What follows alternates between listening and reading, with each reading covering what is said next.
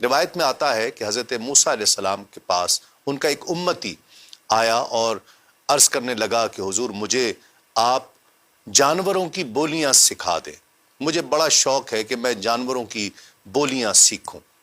حضرت موسیٰ علیہ السلام نے اسے بڑا منع کیا کہ یہ بات اچھی نہیں ہے، کئی بار انسان کچھ لا علمی سے بھی اس کو نفع ہو جاتا ہے، لیکن وہ بضد کہ آپ کا کیا جاتا ہے، آپ تو اللہ کے پاک نبی ہیں، میرا یہ شوق ہے کہ میں جو جانور باتیں کریں میں وہ سنوں اور سمجھ لوں کہ یہ کیا باتیں کرتے ہیں۔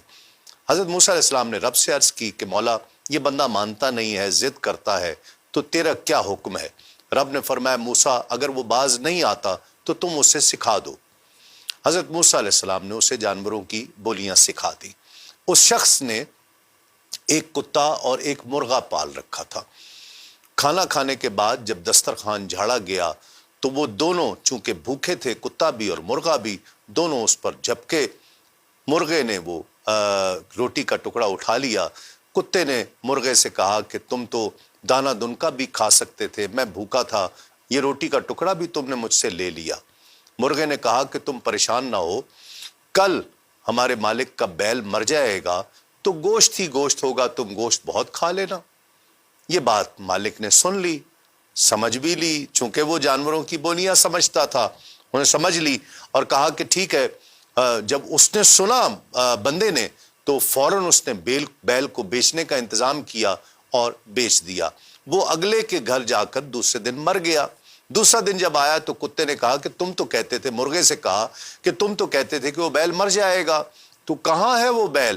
انہوں نے کہا جی ہمارا مالک جو ہے وہ بہت بے وقوف آدمی ہے، اس نے وہ بیل جو ہے وہ اپنے اوپر جو آئی ہوئی تھی وہ دوسرے کے گھر ڈال دی، وہ بیل دوسرے کو بیچ دیا اور دوسرے کے گھر جا کر مر گیا، لیکن یاد رکھو کل اس کا گھوڑا مر جائے گا تو گوشت ہی گوشت ہوگا، تم بہت زیادہ کھانا۔ دوسرے دن جیسی اس نے بندے نے سنا، اس نے گھوڑا بھی بیچ دیا۔ اب وہ کتا مرغے سے کہنے لگا کہ تم تو کہتے تھے کہ گھوڑا مر جائے گا تو گھوڑا کھا لینا، گوشت ہی گوشت ہوگا بہت۔ اس نے کہا جی ہمارا مالک بے وقوفی کر رہا ہے، اس نے یہ گھوڑا بھی جو ہے وہ دوسرے کو بیچ دیا اور وہ دوسرے کے گھر جا کر مر گیا۔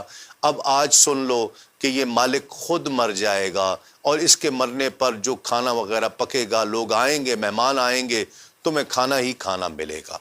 جب اس نے یہ بات سنی تو بھاگا دوڑا اور حضرت موسیٰ علیہ السلام کی بارگاہ میں حاضر ہوا کہ حضور کرم فرمائیں، مجھ سے غلطی ہو گئی بہت بڑی کہ وہ تو بیل کے مرنے کی خبر سنی، میں نے بیل بیچ دیا، گھوڑے کے مرنے کی خبر سنی، گھوڑا بیچ دیا نقصان سے بچنے کے لیے، اب وہ کہتے ہیں کہ جی میں مر جاؤں گا۔ حضرت موسیٰ علیہ السلام نے فرمایا کہ قضا کو اب کوئی نہیں ٹال سکتا، وہ تمہاری جان کا فدیہ تھا، صدقہ تھا، اگر وہ مر جاتے تو تمہاری جان بچ جاتی، لیکن میں تو تمہیں کہتا تھا کہ جانور کی بولی۔ اب وہ بڑا گھبرایا، پریشان ہوا، بڑی التجا۔ حضرت موسیٰ علیہ السلام نے فرمایا قضا کو اب کوئی نہیں ٹال سکتا۔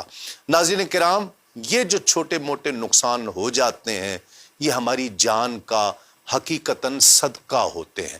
صدقہ ویسے ہی دیتے رہنا چاہیے، وہ جان کا صدقہ، مال کا صدقہ، آل اولاد کا صدقہ ہوتا ہے، گھر بار کا صدقہ ہوتا ہے، تاکہ آپ کی جان محفوظ رہے، اللہ رب العزت کی رحمت میں رہے۔